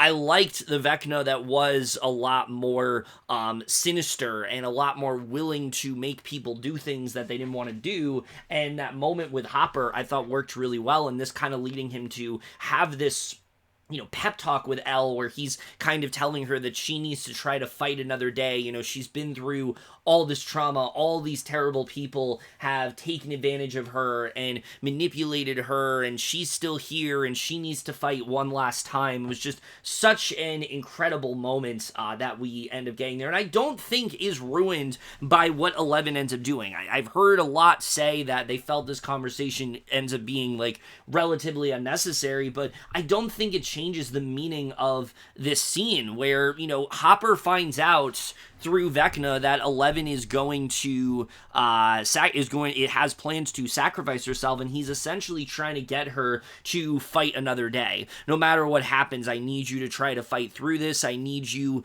to, you know, try to get through this as much as you can, and I think it was a really great moment for his character, and it gave David Harbour, I think, the moment he really needed this season. A lot of the time it's felt like Hopper isn't necessarily not doing anything, but it has kind of felt like Harbour hasn't really had that moment this season, and this finally gave him that, and I thought it was a very rewarding one. So, again, I wish we got to see more of what Vecna did with Hopper throughout the season, but this definitely did, for me at least, make up for it. But I will admit, I kind of wish, you know, the moment in the finale where they focused a lot on 11, Max, and Cully, I wish that was almost the entire finale. I like the idea that these are three people who all have, like, similar histories with Vecna coming together, and, you know, they can kind of have this knowledge. It gave Max something to do, which I really liked. And I think just in general, I would have really appreciated if they would have, you know, focused a bit more on that and have a bit more of an interpersonal conflict. Because, yes, I will be the first to agree that the final battle was very rushed with Vecna. Don't get me wrong, there's some good moments. I enjoyed the back and forth between him and 11. I thought that was really good the way that went down. I liked the way things were set up with her, you know, pulling all the kids out of that trance and things like that. I thought there was a lot of great moments there, and I love seeing the return of the Mind Flayer as well, with the Mind Flayer coming in and being this kaiju of sorts, and, you know, Nancy's trying to, like, gun him down, nearly gets herself killed. There was a lot of good stuff there, and I like what they ended up doing in terms of that final battle. I just wish it was maybe like 5 to 10 minutes longer. I feel like this is everything we've been, you know, leading up to, and it's, you know, we've been promised that this is going to be like this huge thing. They've been saying throughout the entire season, you know, one final battle, everything's on the line here, and you do feel it in this moment. It just feels like it's resolved a little too quickly. And I also wish that there was a little bit more talking in between those moments, because especially when you match it up to, like, the final fights in Season 3 and Season 4, this just doesn't compare. It's just simply not on that level. It's still really good, it's just not on that level, and I do think it did fall just a little bit flat to me overall. I also have heard this debate a lot, where, like, where were the Demogorgons, where were the Demobats, where were the Demodogs, you know, within the Abyss, and yes, maybe it would have added a little bit more to the tension, but it just, to be honest with you, I wasn't really thinking about that in this scene. All I was thinking of was the stuff I was really liking. I just wish that battle went on a little bit longer. So that's really my complaint. It's not so much about what we didn't see. It's the fact that it was a very quick battle, and it felt like it maybe should have been a little bit more of a struggle for these characters. So again, I enjoyed all the stuff we got. I do wish, though, it could have been just a tad bit longer, and I think that would have made it a bit more effective in the end. And then in regards to what they do with Henry in this finale, I'm a little bit conflicted with. On one hand, I love everything we get in that cave, where you have that moment where Henry almost seems scared of him, bashing the guy's head in with the rock that's, like, trying to stop him. And you see that he feels, like, this sense of regret. And there's a moment where you think, oh, shit, is he about to turn good? And I was really happy they didn't do that, because it didn't feel like the show was building towards that. It felt like the show was instead building towards just getting us to understand Henry more. So I like the moment with Will where he basically tells him that, like, no, the Mind Flayer explained things to me. The Mind Flayer got me to recognize, what was really going on. I don't regret the choices that I made. I'm still evil. I thought that was a really great moment, and probably the best acting from Jamie Campbell Bower the entire season. I mean, he was great this whole time, but, like, that moment in particular, I thought he was just fucking phenomenal. However, I do have a bit of a gripe to pick with this particular thing, in that I do think that the Duffer Brothers kind of wrote themselves into a corner here, where if you're not aware, which I'm sure you are, Henry's entire backstory has actually been told before, but it's been told in a stage play that came out, like, I want to say, like, the summer of last year, and is exclusively only on Broadway. You have to go into New York to see it, and I really do think that there were, ways around this where you could have still had flashbacks of Henry throughout this season. There's even moments where, like, Max brings up stuff she saw when she was kind of, like, trapped in Camazotz and wasn't able to escape, that I wish we would have gotten to see, like, throughout the season, seeing younger versions of, like, Joyce and Hopper, and seeing Bob Newby in there. That would have been really cool if they found a way to do that.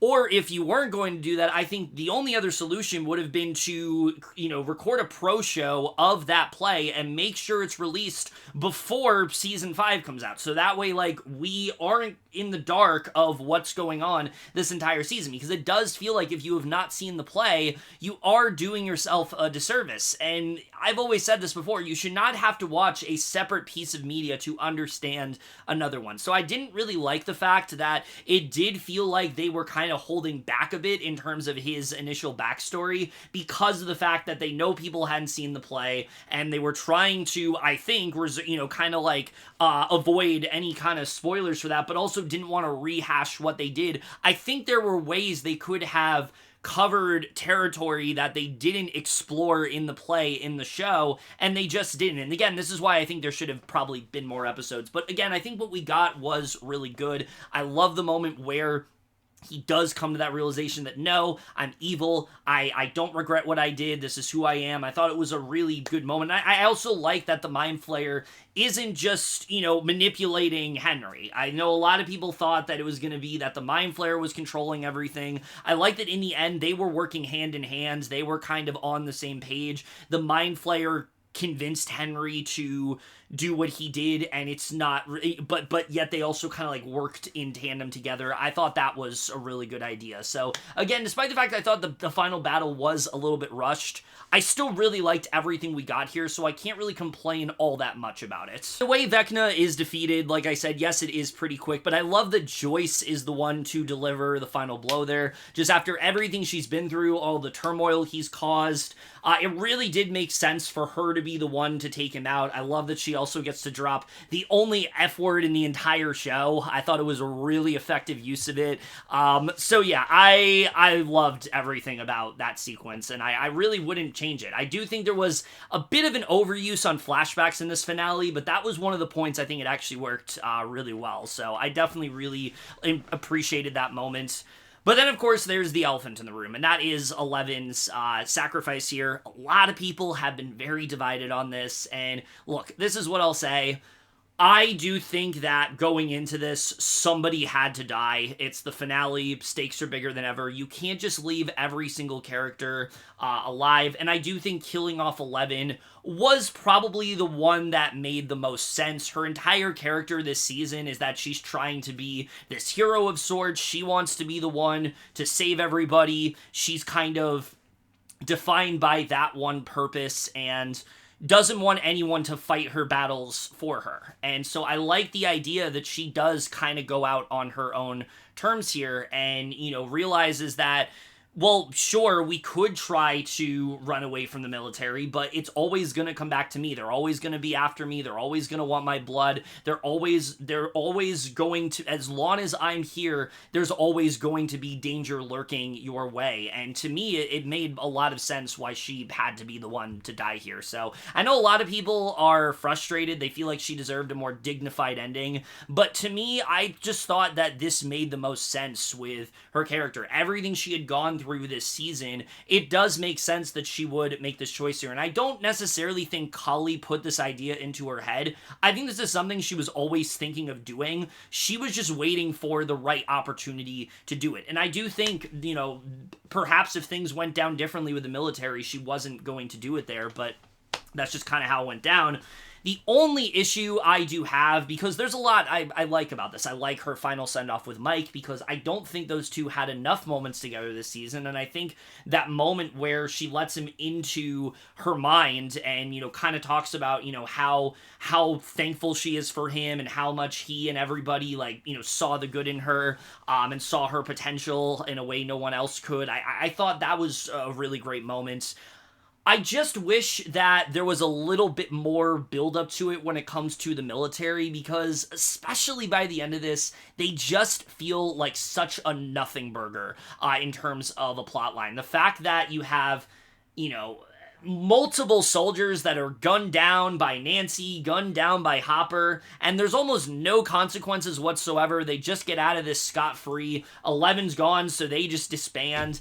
I just don't really buy into that. I think what should have happened here is, when the military takes hold of all of them, they do, you see Dr. K interrogate 11 a little bit. Maybe you get a bit more of her actual motivation, because her motivation is just, it's just very generic. It's literally just, I need your blood because I want to use it against Russia or whatever. It's just, there's not really much of anything to latch onto there. And I feel like if you had a scene between these two, one would justify why you cast Linda Hamilton. B, it would make her character a little bit more interesting, and then also provide an actual sense of stakes where it's okay, that's why you had the military here, because really I'm sitting here scratching my head what was the point of any of this? You should have had her interrogate 11, get to a point where Mike gets really upset, maybe she threatens Mike's life, and then 11 can sacrifice herself, because to me it just felt all a little too easy, and by the end I just really felt like the military was just such a nothing threat.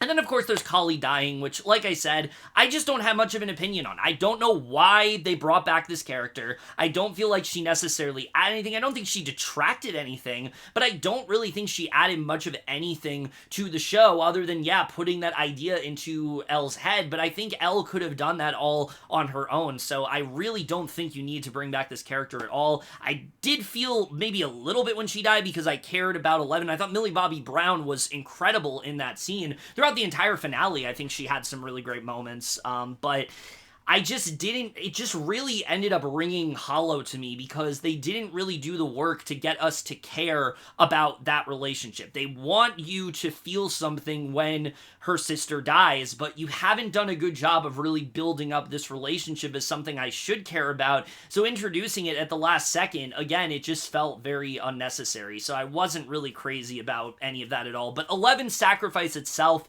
I thought worked really well. It was really tragic. The moment where Mike is freaking out and trying to hold back. I think that's Finn Wolfhard's best acting in the entire show, especially if and there's clips out there someone took away the music, and just hearing him just so desperate to try to stop her, and him pleading for her to to change her mind, and then you have Gaten Matarazzo's acting and Caleb McLaughlin, their reactions, and David Harbour's it's just a really tragic scene all around. It's really just the reason for why it happened. That's the part that I'm a little bit more 50-50 on, but the sacrifice itself I thought was very well done. However, I think what really does turn this entire finale around for me is the decision to end the show with like a nearly 40-minute epilogue for all of the characters. I think this was absolutely the right thing to do. I've seen a lot of people say that, oh, this means that, you know, they didn't have any idea what to do, so they kind of just like spent too much, like the battle was rushed and we shouldn't have spent so much time on the epilogue.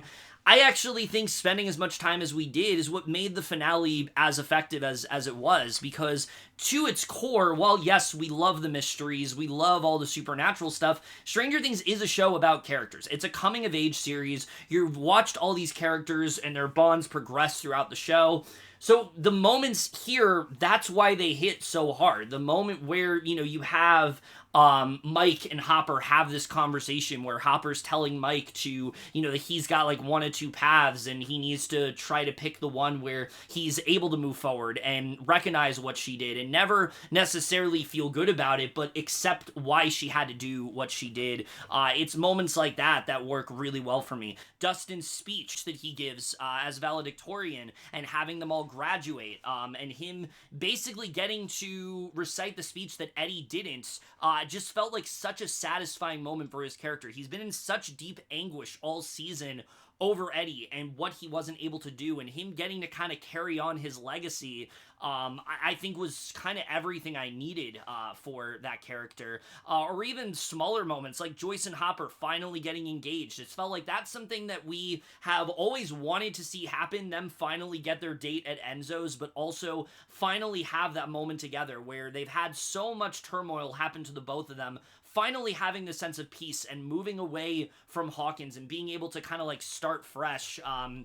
Really just kind of everything you could hope for when it comes to the ending for those characters. And then, of course, the two scenes they do decide to end the show on, having Robin and Steve and Jonathan and Nancy and them on the rooftop and kind of talking about the fact that, like, we're all kind of in different places in our lives, but it would be nice if we could all come back together once a month, but kind of knowing that maybe isn't going to happen, I thought was a really bittersweet moment. You really understand that these are characters that very much do miss each other, and it's one of those things where, you know, in the moment, I think they didn't really appreciate what they had, but now that they haven't had that, they're kind of missing it, and they want it back, even if it's not necessarily going to come back. It's just that small moment of embracing the friendships that they had and the bonds that they formed. I think that to its core is really what Stranger Things is all about, so I really loved that scene,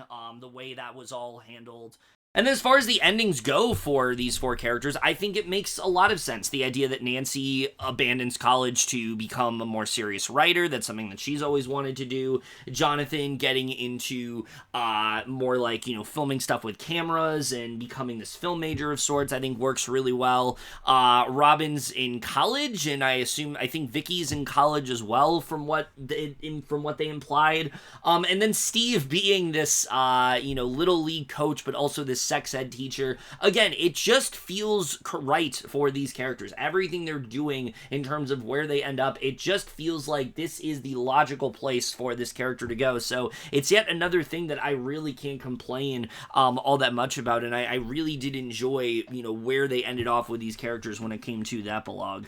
But then, of course, ending the show on the moment they do with everybody playing Dungeons and Dragons, it just felt so right, the way they wrapped everything up there, where, you know, it starts off and they're not doing well at all. Max is, like, crashing out because she's like, why did I even sign up to play this game? Just stuff like that is what you really love seeing, is the back and forth between these characters. But then ending it with this, like, heartfelt monologue from Mike about what everyone's gonna end up doing, within their lives, where, you have Lucas and Max are gonna stay together, Dustin's gonna go off and, become really successful, but still have time for, his friends and things like that, and then Mike's gonna go off to become a writer, and then Will is going to move to a new school where everyone is way more accepting of him and he's willing to be himself and he's gonna find a boyfriend and things like that.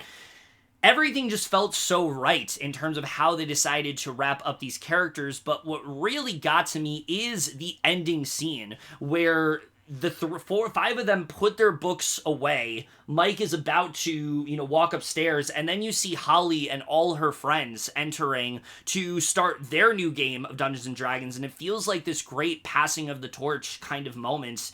Again, that just feels like, to its core, how the show should have ended. There's no doubt in my mind that has been the final scene from the beginning. The Duffer brothers have said we always knew how it was going to end, and that to me felt like it made the most sense. And that's why I think we focus so much on those characters in this season. So that way, when that moment hits, like, we really understand that, like, okay, they're going to pick up where Mike and Will and Lucas and Dustin and Max, where they all left off, and they're going to start a new generation of Dungeons and Dragons. And I thought that was just such a incredible moment, the way they wrapped up. And then, Mike just closing the door and having those tears in his face. I mean, that is everything that you could have wanted. It's like this great passing the torch, but it's also like kind of saying goodbye to your childhood and trying to move forward into adulthood. It's such a incredible moment, and I really couldn't have asked them to end it any better in terms of the epilogue. So in my opinion, I think the epilogue really did a lot of the heavy lifting in this episode. I like a lot of the stuff we get in the beginning, but there's just some stuff I think was just a little bit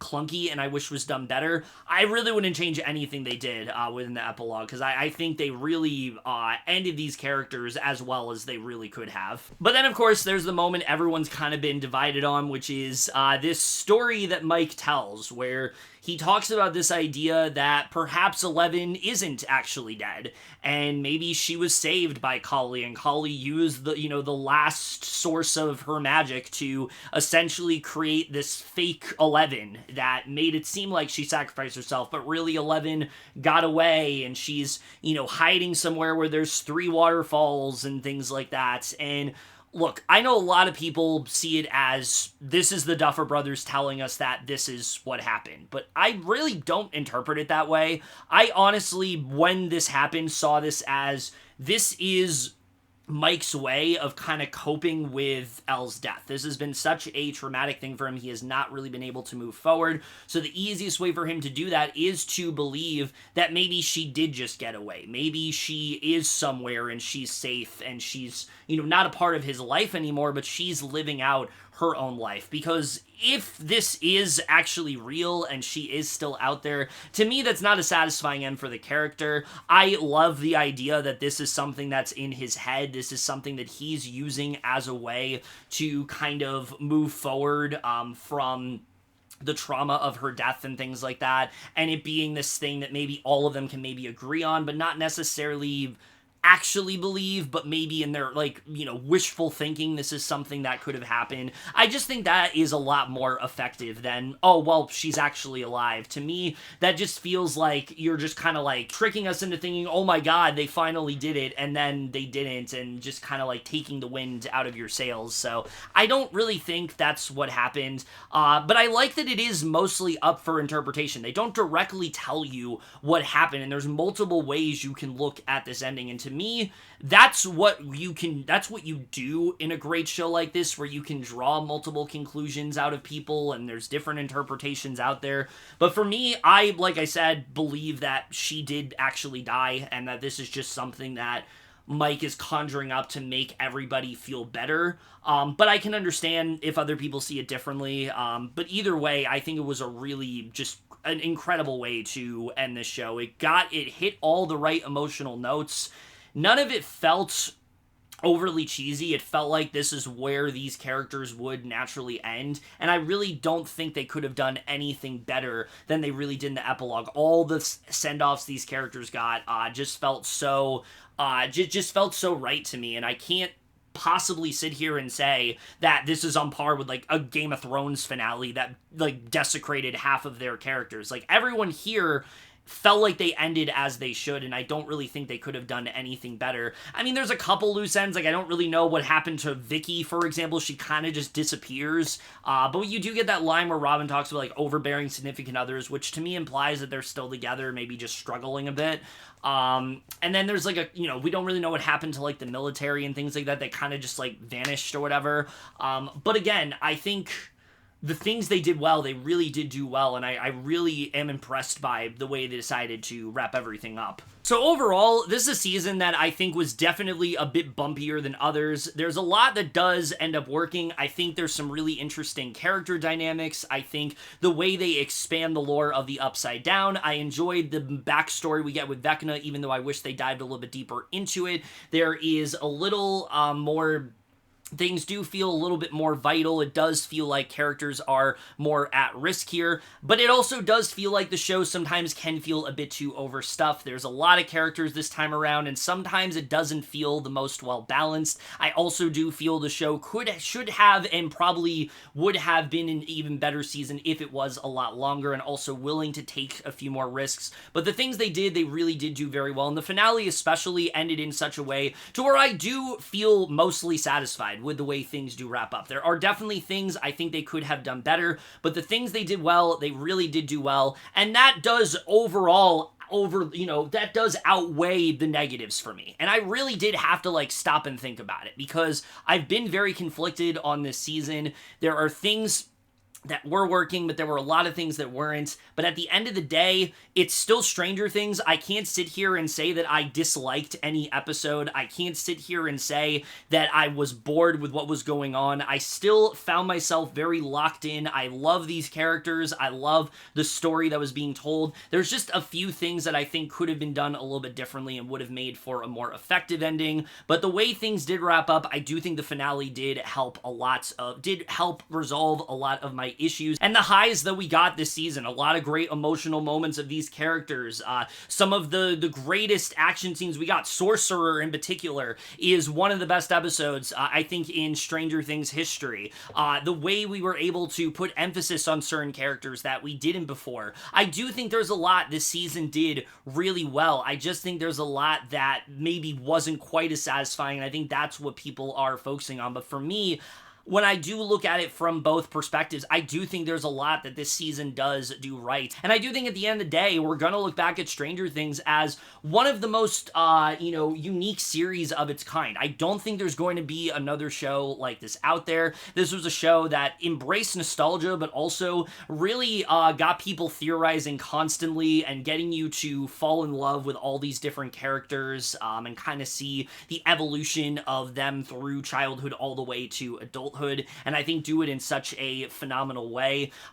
Yes, I do think there's some clunky exposition. Yes, I do think there are quite a few questions that were unresolved. Yes, I do think the Duffer brothers probably should have waited to answer some of those questions, because, my God, the answers were not great, what they decided to say in recent interviews and things like that. But it really doesn't take away from how much I did overall enjoy this season. I liked what they were going for. I do wish maybe things were a little bit bigger. It is by far the weakest season of the bunch, but for what it is, I do think the season does work overall, and I do think I will mostly look back on it more fondly as time does go on. So overall, with all that said, I am going to give Stranger Things Season 5 a B.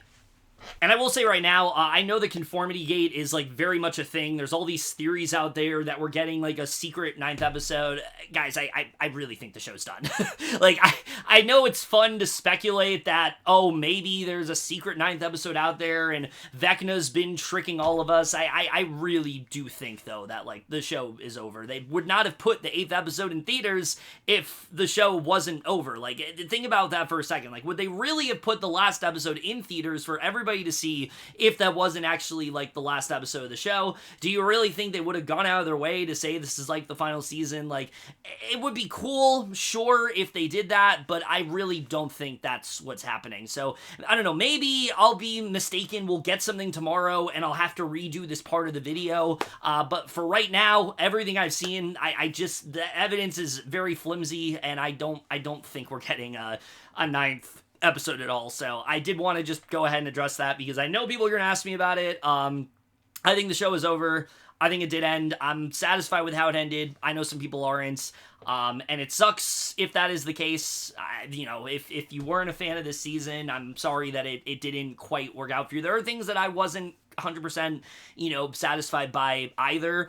But I do think that the show is very much over, and I think we should just appreciate it for what it was, even if this final season wasn't quite on the level for you. I think just appreciate the show for how long it lasted, especially Netflix. A lot of shows don't get to go on this long, so I think we should just accept the fact that it's over and move forward. And yeah, that's really my 2 cents on that. So kind of just wanted to chime in and give you my thoughts on how I feel, where I do think the show is very much over. As fun as it is to speculate, I do think that this is very much the end. So let's talk a bit before this video ends, because I mean, I think it goes without saying, I have not really been that active on this channel in a long time. I mean, last year I literally only put out like 4 videos, and absolutely intended to put out more, and there were multiple things that I was planning to do, like when, for example, you know, Thunderbolts was coming out, I was planning to start again with that, and I just never did. Naked Gun, that was one I remember I was planning to come back for. I was, you know, in September when the new Conjuring movie was coming out, I was gonna start with that. And then even in November, like, I was thinking, you know, you guys know I came back briefly for Big Brother, but I just didn't end up finishing that one. And then in November, when Wicked for Good, was coming out, I was like, well, Wicked was the last movie I did like an individual review for, so it kind of makes sense to come back for that, and then I just kind of didn't. So I've been trying to find like the right avenue to do it, and it just felt like Stranger Things made the most sense. It's a very relevant topic right now. Everybody's doing videos about it, and it's something I think you guys want to hear my thoughts on. I got all this merch for it as well, so, you know, gotta utilize it in some way. So yeah, I mean, it goes without saying, it's been a while. It really has. And what I will say to that is, don't expect me to do what I have tried to do in the past, where essentially I'll do like a massive catch-up video on like all the things I missed out on last year, because I'll tell you guys right now, I'm just not really in the mood to do that. Every time I do that, it just kind of lessens my motivation to talk about stuff that has come out currently, because I'm so focused on talking about stuff that came out in the past. And I think that really is what has led me to have so little motivation to do things, because I've always felt like I needed to catch up. So I'll tell you right now, there are videos that you should be excited for. There are things that, you know, that you should expect. Aside from Stranger Things, I do plan to do a video finishing out Big Brother 27 coverage, as well as talking about Survivor 48 and 49, so you can look forward to that. And besides that, there are some videos that I did film that I just never ended up uploading, and that is for both Severance Season 2 and The Traitors Season 3. I did individual episode reviews for both of those shows. I just, for some reason, never ended up uploading them. So what I'm planning to do is just a really long video of like an overview. It's probably going to be like 5 to 7 hours long. Like, I don't expect it to be a short video at all. But I just kind of want to upload it, get that done, have it off my cameras, because it's just one of those things that, like, I've wanted to upload, but I just haven't found the right time to do it. And now it's the beginning of the year, so I might as well go ahead and do that. I was planning to do, like, an announcement video at the end of the year, but I was like, I haven't been active on this channel, so what's the point of me doing that? So I just figured I'd just put this at the end here and kind of just discuss it that way. And then in regards to, like, other 2025 stuff, don't expect much in terms of coverage. What I will say is I will be doing a top 10 best and worst movies of 2025, as well as a top 10 best TV shows. But other than that, I'm kind of just ready to put 2025 behind me. I wasn't super active on my channel this year, and I don't want to focus too much on what came before. I kind of want to just focus on where we are. So you can look forward to, you know, movie reviews and TV shows that came out this year, but stuff from last year, really, you're just going to get like a small amount of stuff, and I think that's the easiest way for me to kind of just put that stuff behind me, act like I didn't do those videos for nothing, but also focus on currently what's coming out and not try to just catch up on stuff that isn't really, I don't want to say relevant, because it's media, it's relevant, it's out there, it's stuff to watch, there's, you know, stuff to talk about, there's stuff to watch. I think, you know, movies and shows that came out, unfortunately we live in a day and age where, you know, something comes out and then 2 weeks later it's no longer relevant. I think that films and shows should have a much bigger shelf life beyond what they do, but in terms of like YouTube and things like that, I think the only way for me that I'm gonna feel more, more motivated motivated to stay consistent is by just talking about stuff that I've currently watched, and that is mostly what I intend to do. But yeah, other than that, just my way of saying that I am back now, hopefully. I plan to be back. I want YouTube to be a lot more consistent in 2026 because I really did miss doing it. It just kind of ended up being one of those things where it wasn't much of a priority, and it got to a point where I was just like, well, I haven't been that active on this channel, so this thing is probably not going to happen. And now we're just kind of at a point where it's, you know, the beginning of a new year, so now I feel like I have an opportunity to kind of just, like, start over, and I thought this would be a good way to do that. But other than that, guys, you know, if you like this video, I have reviewed every other season of Stranger Things prior to this.